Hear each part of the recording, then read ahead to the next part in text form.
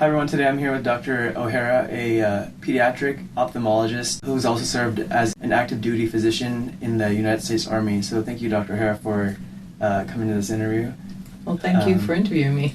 And so before we go into kind of the details of ophthalmology, could you briefly describe what it involves? Well, ophthalmology is one of the surgical subspecialties, but it's different than a lot of other surgical subspecialties. We are primarily a clinic-based specialty. We are not a hospital-based surgical specialty. So it's very rare that we have patients who are in the hospital. The bulk of our patients are seen as outpatients in an ophthalmology clinic. Part of the reason for that is that we require specialized equipment that can be very bulky. So you have to have a clinic that's equipped with all this equipment, and it's very stationary. And what are the most common cases that you usually see in a day? Well, ours is a specialty of the old and the young, primarily the old. As eyes deteriorate, they have a lot of problems. Cataracts are very common. Probably the second most, cataract extraction is probably the second most common surgical procedure done in the United States today. Patients also develop glaucoma and other degenerative diseases like macular degeneration. So we see quite a few elderly patients, but also, and I'm a pediatric ophthalmologist, so we see a lot of young patients as well. Children who have crooked eyes, who have eyes that are mismatched as far as their refraction, and have other problems that set them up for decreased vision. One of the reasons it's very important to detect these things early on is that the visual system is developing over the first couple of years of life, and it requires stimulation to develop fully. So if you have a child with a droopy lid and that lid covers the pupil of the eye, even though that eye underneath it is totally normal, if that pupil is covered, that eye will never see well because the eye-brain connection didn't develop. So we see a lot of old folks, we see a fair amount of young folks, and some folks in between. And what subspecialties of ophthalmology are there? Since you mentioned pediatric ophthalmology, is that a subspecialty or? That's a subspecialty. Okay. After you finish your 3 years of residency training, you are what's called a comprehensive ophthalmologist, which means that you can practice in a lot of different disciplines with a breadth of knowledge, but maybe not with a depth of knowledge. So some of the subspecialties are, of course, pediatric ophthalmology, glaucoma, cornea, retina, oculoplastics. We have ocular oncology, ocular pathology. So we have individuals who specialize in the pathology of the eye alone, which is very different than general pathology. Could you kind of walk us through a typical day in your life from when you come in to when you leave? I'm an academic physician, so most academic physicians have a day of the week, and this is my day today, for academic study, to put together lectures, to work on research, to have one-on-one sessions with the residents as they need it. A day, basically to take care of all of those sorts of things. If you're a more clinical ophthalmologist, you may have a half a day for administration in your schedule, and then you would have either 1 or 2, possibly 3 days for surgery, and that varies with the surgical focus of the practice. There are actually some ophthalmologists who do no surgery. They're what are called medical ophthalmologists. They have elected in their life not to participate in surgery.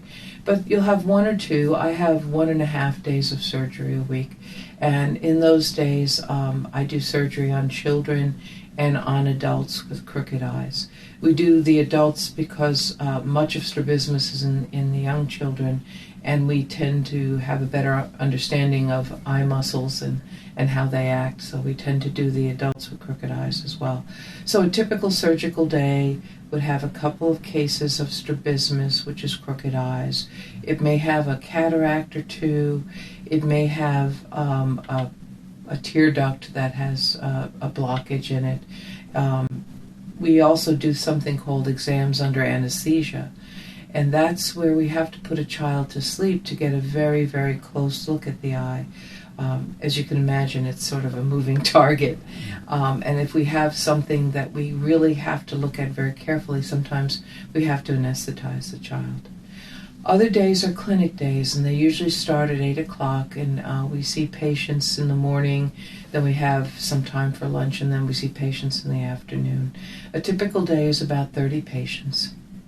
How is that different from a private practice ophthalmologist? Primarily, a private practice pediatric ophthalmologist, for example, might have a half a day of administration in their schedule, and then the rest would all be clinic and surgical time. Mm-hmm. So the academics just have a little bit more time for working on papers and publishing book chapters and other educational activities. Mm-hmm. And so ophthalmologists, or ophthalmology in general, has kind of a reputation for being a lifestyle specialty. A road specialty, yeah, as they say. And so I was wondering, is that true, and how would you say the lifestyle differs from other specialties? It is a nice lifestyle. That's one of the attractive things about ophthalmology. Because it's a clinical specialty, because there are very few true emergencies, your hours are a little bit more controlled than, say, a trauma surgeon who really, or an obstetrician who really has less controlled patient populations where things can happen and need to be treated immediately. So we tend to have more regular clinic hours, and our surgery days tend to be regular surgery days. We do take call, and when we take call, that's when you have less controlled patients because they're emergency patients who need immediate care, immediate surgery, mm-hmm, and the like. So you can control your days when you're not on call, basically. Many of my colleagues see patients on the weekends as well, but again, it's usually a defined period of time.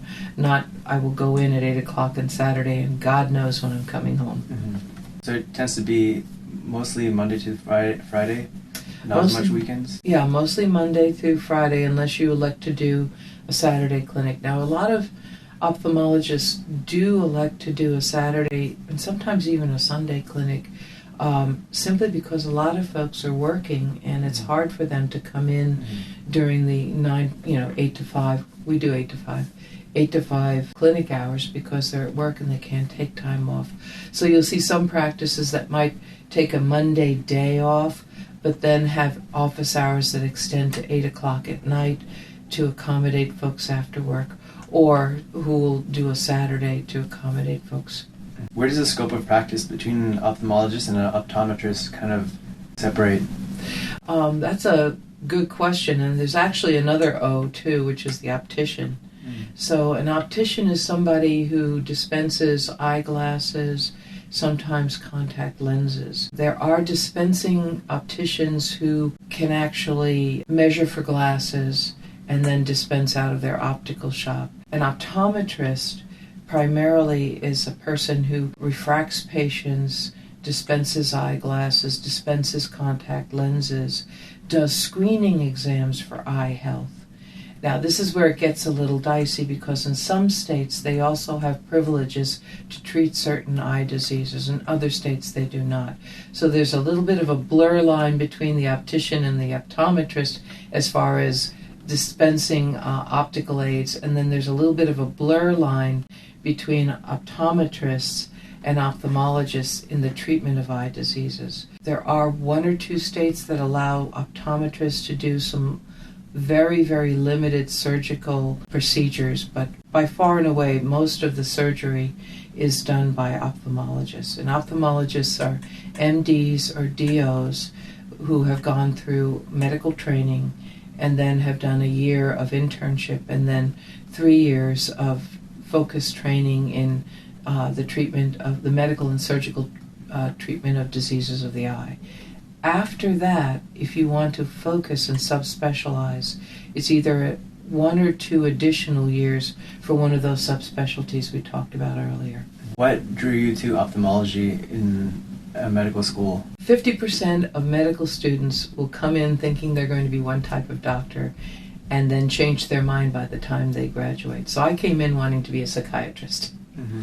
And it wasn't until I was exposed in my third year to surgical subspecialties that I really realized that I liked surgery quite a bit. So at that time, I changed my focus to a surgical career and looked at several different fields of surgery. I very much liked ophthalmology because you're not only the surgeon, but you're the internist of the eye. So one of the things that I didn't like about surgery was that patients would be referred to you, you would do the procedure, you would refer the patient back. There was no relationship. And I like the relationship, and I like taking care of patients. And so in ophthalmology, I can be their medical doctor. Then when they need surgery, I do the surgery. But then I continue to be their medical doctor afterwards. So I have a relationship with the patient, and I take care of them throughout all of that. That was something I liked very much. I like the variety of surgery. People always say ophthalmology, it's a small little organ. What's to do? There's a lot of different things to do, and a lot of different types of procedure to do on the eye. And one of my colleagues said it's almost biblical. You're helping the blind see. And that's something that people are very grateful for. People really cherish their vision, and they will work with you to preserve their vision. What's the most challenging aspect of ophthalmology? To me, as a pediatric ophthalmology, it's compliance. We have a lot of treatments that require a lot of work on the part of the parents, and it's sometimes not easy work. One of the things that we do is patching therapy for amblyopia. And that's where you have a child who has poor vision in an eye because of either a crooked eye or because their eyes are mismatched and one eye is farsighted and one eye is not. And their vision is decreased because they're not getting the appropriate stimulation to develop the eye-brain connection. And so you correct the underlying problem. If they have crooked eyes, you straighten them. If they have mismatched eyes, you place them in glasses. But then, in order to stimulate the eye-brain connection, you have to penalize the better-sighted eye. And that means wearing a patch or using drops in the eye that blur the eye, which the child will rebel against. And so the parents have to patch the eye every day for several hours, with the child trying to take the patch off the entire time. And it can be very, very disturbing for the parent. So compliance is important. The way we kind of maintain compliance is with routine follow-up appointments. It's almost like Weight Watchers. I always tell my patients, it's kind of like Weight Watchers. We measure you every couple of months to make sure that you're still on track. And so making sure that the parents keep those appointments, making sure that the parents are being diligent in the patching is probably the biggest roadblock that we have. I was going to ask what the most most rewarding aspect of ophthalmology is. You mentioned some things about patient care already. Is that? It's patient care. It's being able to reverse a blinding condition, and having a child. For me, again, a child. See well for 70, 80 years, and that's one of the reasons I went into pediatric ophthalmology. I actually had several years of comprehensive ophthalmology before I went into peds, and I would see my patients, and my elderly patients would have a nice outcome for a couple of years, and then they would pass away. And then you'd do surgery on a child, and you'd realize, well, I'm going to have an effect for 70, 80 years, and to me that was wonderful, the fact that we could help these children see well through a full lifetime. What are misconceptions about ophthalmology? You mentioned one that people think it's just like a couple simple eye surgeries. Right. Are there anything else? A couple of things. We do have a controlled lifestyle, so it's nice. And I mentioned the road, which is the four specialties that tend to have a nice lifestyle: radiology, ophthalmology, anesthesiology, and dermatology. And these are all specialties that tend to have a more controlled patient population. But ophthalmologists do work hard, and they do work long hours. And it requires quite a bit of study to be proficient in the field and to stay current in the field. The surgeries are varied. We do surgery on lids and on sockets and orbits, which are very different than the very delicate retinal surgeries that are done, and very different from the cataract surgeries that are done, and extremely different from the crooked eye surgery that I do. So we do a lot of different types of surgery requiring different skill sets. Are there certain personality types or traits that are important, or you see kind of like a trending in people that end up going to ophthalmology or are best fits for ophthalmology, or is it kind of a broad spectrum? It's nice to have some diversity in personalities because people come in all shapes, sizes, and temperaments, and it's nice to have a little variety there. But some of the unifying characteristics you see, I think one of the ones that I think almost every ophthalmologist is a little bit obsessive-compulsive. It's one of those things that because we do very small, detailed work, we have to make sure that we are doing all of it correctly. So I think OCD is a good thing in ophthalmology. A neurosurgeon and a heart surgeon I interviewed recently kind of said similar things about their careers. Now, when you're doing complex surgeries that are, built one step on the other, it's important to be a little obsessive and compulsive. What tips would you recommend for medical students to match into competitive residency in ophthalmology? If you're interested in ophthalmology, it's important to shadow folks in clinics. It's important to go and see what it's like. One of the disadvantages we have as a specialty is that we're small. We're only 5% of medicine, and we're not part of the required curriculum. So many people don't discover ophthalmology until it's too late. It's a wonderful field. It's, like I said, very few fields let you be a medical doctor and a surgical doctor, and this is one of those fields. But if you're kind of interested in it, then you should go find an ophthalmologist, shadow them, maybe in your first year, to see if this is something you'd want to commit some time to. And then if you wanted to commit some time to, then you'd want to spend some time in an ophthalmology clinic in an academic center and do more in-depth evaluation of the field. I think it's very important to do research in the field of your choice today. Competitive residencies are competitive, and having some papers under your belt will help you when you're applying to residencies. It helps to have good grades. It's one of those things where it's important to have good grades, to have good step scores. Again, ophthalmology is very competitive, so we do look at those things critically. And then it's nice to have a relationship with one or two ophthalmologists who can write you a very good and in-depth letter when it comes time to apply. For the research, does it have to be like hard science research, or could it be like the case reports or case studies? It could be case reports. It doesn't have to be bench science. So you mentioned that you, I believe, correct me if I'm wrong, you were part of the Air Force initially? Right. I went to the Uniformed Services University of the Health Sciences, which is in Washington, D.C., and it's actually one of the service academies. Individuals would come in, they would pick a service, Army, Navy, Air Force, and at the time I was there, Public Health Service, but I think Public Health Service has dropped out. And you would be commissioned in that service, and then you would incur a service debt, if you will, 7 years. They would provide you with a complimentary medical education, so it was free, there was no tuition.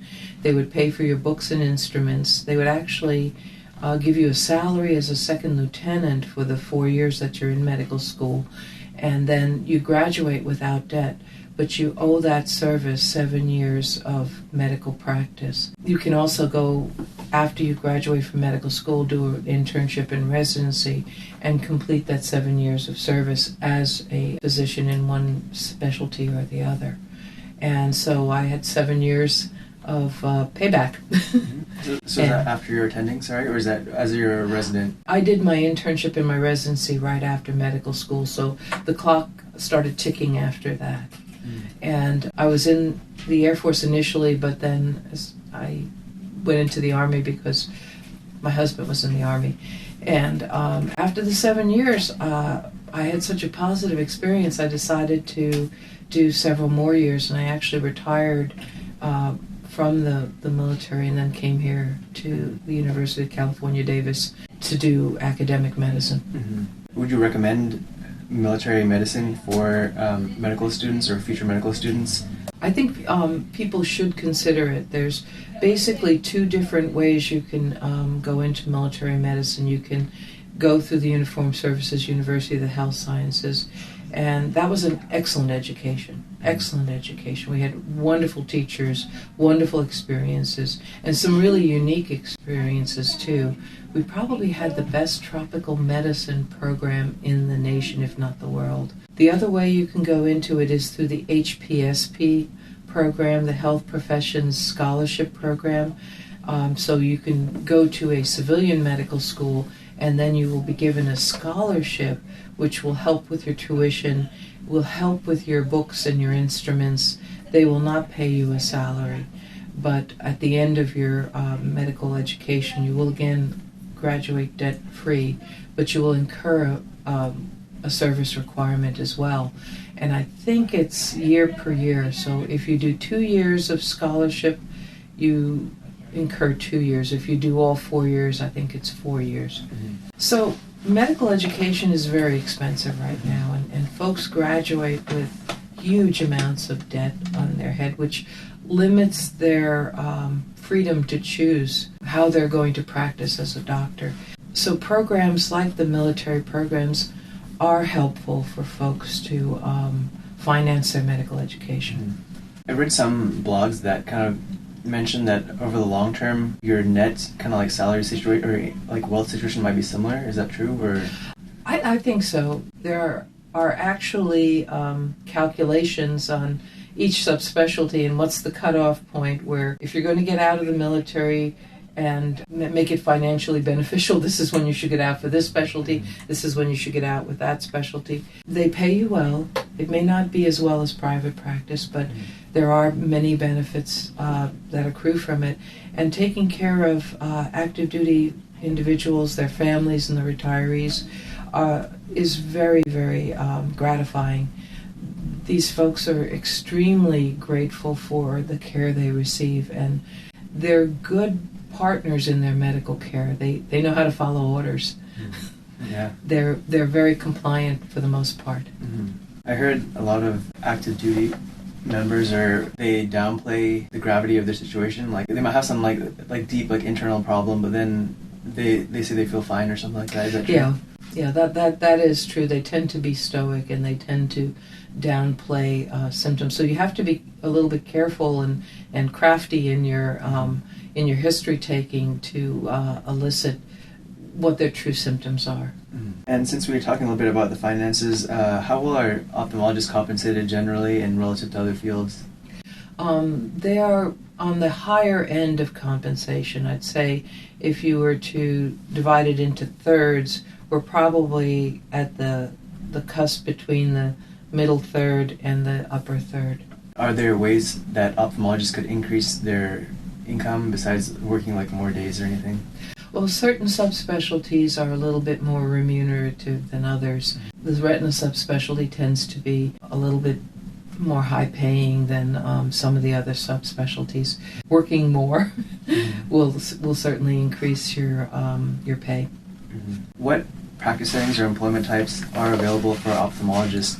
Are there a lot of like private setting options and like locum tenens work and things like that? There is some locum tenens available. I'm not very familiar with that, but I see the advertisements, so there are opportunities like that. Basically, you can practice in a private practice setting, a solo practitioner, small group, large group.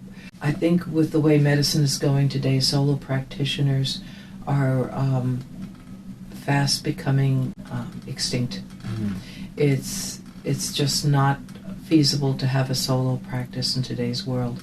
A lot of the doctors who are in private practice are in medium to large size groups where there's a little bit more protection from the variables of medicine today. We're seeing more and more doctors going into organizations like Kaiser Permanente, large organizations where they're not in a private practice, they're paid a salary, and they work for this large organization. And I think that's one of the growth areas. More and more ophthalmologists tend to want to go that way. There are some ophthalmologists who are actually paid by hospitals to practice in a hospital system, somewhat similar to the Kaiser model. And then the academic system, again, it's a large group. Is there a reason they're getting kind of pushed to big groups? There's a lot of variables in medicine today. Insurance, if you're in a large group, you're able to negotiate with insurance companies a little bit better. There's also, if you're a private practitioner and a solo practitioner and you become ill, your practice suffers from that. Even if there's just two of you, it suffers from you. But if you have a large group, they can absorb that sort of thing. Since we talked a little bit about like changes in medicine, or what future changes do you see in the next few decades in either ophthalmology or medicine in general? In ophthalmology, I think we're going to see some pretty exciting new developments with technologies such as stem cells and nanoparticles and refinements in surgical techniques. In medicine in general, I think we're going to go more to a socialized type system. And what tips would you give new physicians on managing their finances well? Realize the debt that you're going to incur and try to find ways to mitigate it. It's just not good to graduate with $300,000 worth of debt over your head. It limits your choices. I've seen many doctors who would want to do an extra year or two of training. Most of the training situations, the salary is not that very high, but instead go into practice because they have to start servicing their debt. So try to find ways to minimize your debt so that you have more options after medical school. Would you choose the same career path again, or would you change anything about it? I would choose the same career path. I've been very happy. I've been very happy in ophthalmology and very happy as a pediatric ophthalmologist. I think it's a great field, and I think I convinced my daughter, because my daughter's a pediatric ophthalmologist as well. Nice. So I think there's a lot of rewards. It's wonderful taking care of children. We get to deal with pediatricians, and pediatricians are wonderful. They're very committed doctors. I always say they're the best doctors because they're so committed to their patients and so hardworking that our colleagues are wonderful, and it's been fun. Unfortunately, they don't get reimbursed as much. Yeah, I know. They work so very, very hard, and then their remuneration is not what reflects their work effort. How do you stay on top of all the advances in ophthalmology? I mean, it seems medicine in general is like advancing so quickly. It helps to be in an academic center. Because you're training residents, they're always asking you questions, which are, always sending you to the books to look for the answers to the questions. You need to stay up in the journals. You have to pick a couple of journals that are particularly seminal to your specialty and stay abreast. Going to meetings helps quite a bit also.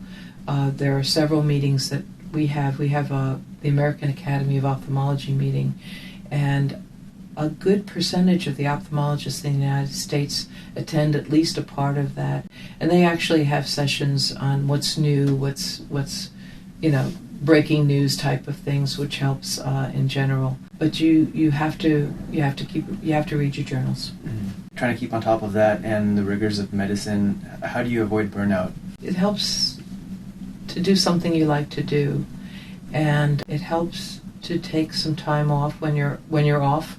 Be off and do something that you like. If you like exercise, do exercise. I'm a yoga-holic, so that's kind of what I do. That keeps me kind of sane. But take time for yourself. When you're off, you're off. When you're done, go home, close the books, be a person, interact with your family. I think that's about it. For establishing a work-life balance, do you think just in that boundary between like work and then not bringing that home, for like doing like charting and things like that? Yeah, I like not to bring it home. So what I do at the end of the day is I finish all my charting. So when I leave the office, that's all done, and I can go home that night and do what I do and then come in the next morning and there's not, oh, this loose end is there, that loose end is there. I think that helps. That helps me go home and have non-ophthalmological time. Mm-hmm. Okay. And so last question finally. What advice would you give us to become good doctors? Find a specialty that you love, that you're passionate about. Don't do something just for the doing. If you do, it's work. If it's something that excites you, that you love to do every day, you'll be a better doctor. So thank you, Dr. O'Hara, for being part of this interview. Thank you guys for watching. If you have any questions, leave it down below in the comments, and I can ask Dr. O'Hara and get back to you. Let me know which specialty you'd like me to interview next. Thank you again. Have a great rest of your day. Thank you.